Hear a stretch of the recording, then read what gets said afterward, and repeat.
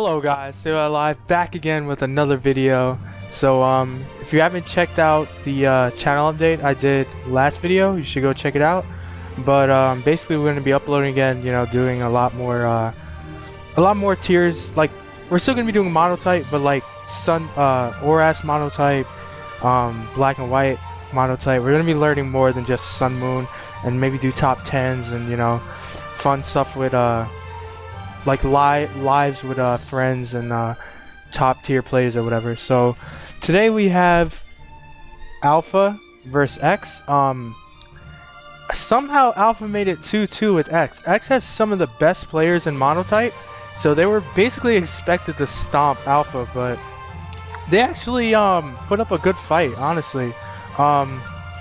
They ended up bringing Stag, but they lost that, and then they got the counter team right, which is amazing, and brought Ghost the game after, as they brought their own Stag and pretty much stomped them after that. So it was 2-1 Alpha, and then it was Charles versus Ian, and I'm really mad at Infka for doing this, because he brought normal, which is something he uses a lot, so it's not very hard for X to just, you know, check up their replays and be able to bring a team that can take on a lot of what he brings. Like, we versus Alpha, and we brought ground as well versus Imka, and it worked really well.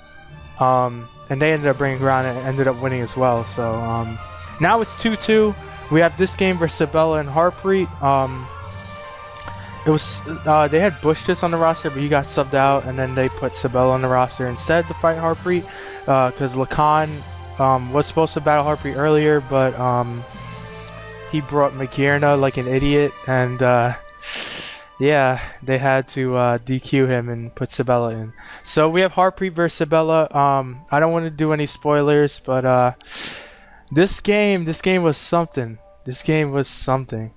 So let's just start it right up. Tapu Koko lead on the X drill. Tapu Koko is usually Fairy's lead. You can just U-turn or Volt Switch versus most of the things that still can do. Honestly though, if I was Harpreet, I probably would have let off with something like maybe Diancie or something like that. Because the problem with Koko lead is that they always lead Excadrill versus Fairy, and you're just gonna have to switch it on an Iron Head for no actual reason. And the thing is, even if you lead off with Koko, if you had U-turn, this wouldn't even be that bad a play, because then you just take the Iron Head and U-turn outright in a Klefki. But instead we see here, he leads off with Koko. I'm assuming Harpreet doesn't have U-turn and has to go hard into Klefki on an Iron Head. Now remember this turn right here, because this is going to be very, very crucial. Because if we look at the matchup, Fairy vs Steel, it's actually not that bad for Harpreet, because Sabella actually brought a team that's 6-0'd by Azumarill's Aqua Jet. And what Harpreet should have done was lead off. If you have U-turn, you lead off with Koko. If not, just like, I don't know, sack Bulu or something that you don't need. Because this was the problem. To win this game, all he needed was 2 spikes. Either 2 spikes or 1 spike in Stealth Rock. The problem is that he's not going to get Stealth Rocks up because Clef needs to check Scizor.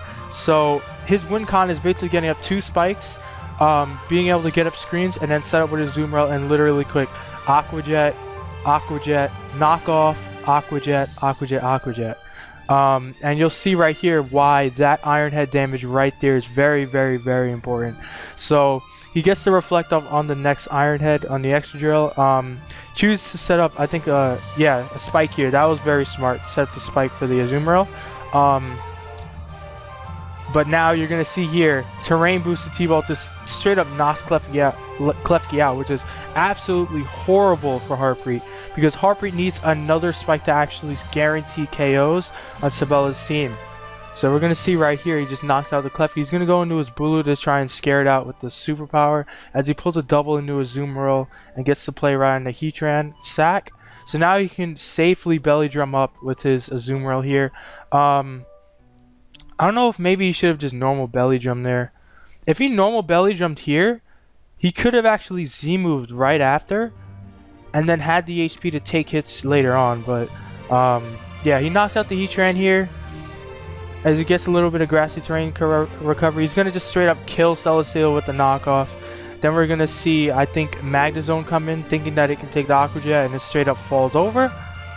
Nice. And then we see Jirachi come out, and here Here's the crucial turn, because the game should have ended had he gotten up that second layer of spike, had he belly drum, had he used his Z move afterwards, because he actually didn't have the Z move on the Heatran. He could have regular belly drum, and if you regular belly drum and then Z drum, you actually get put at full HP.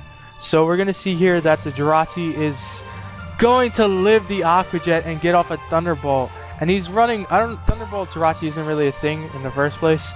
And then he gets a Para, and this Para is going to be absolutely huge in this game. He's going to knock out the Jirachi. In comes the Scizor. I'm pretty sure Scizor can take one unless it's offensive. Looking at his team, it's probably offensive, so it should just like die here. And he gets, oh man, he lives the Bullet Punch and gets parried right here. Like, oh my god, I was watching this. I felt so bad for Alpha. Because I was trying to help them win, man. Like, I was really trying. Like, I wanted to see an upset. I thought they had it. Like, I thought they were finally getting their crap together. Because we stomped them, but like, honestly, I felt like they could have put up a bigger fight. Like, they have good players, but like, man, that just sucked to watch this just get hacked here. And Smell didn't even, like, I don't know if he could have played it really that well. His team was not very good versus Azumarill, and Azumarill should have just had a clean sweep, but instead he gets hacked here, and yeah, at this point everybody was just feeling the game was over.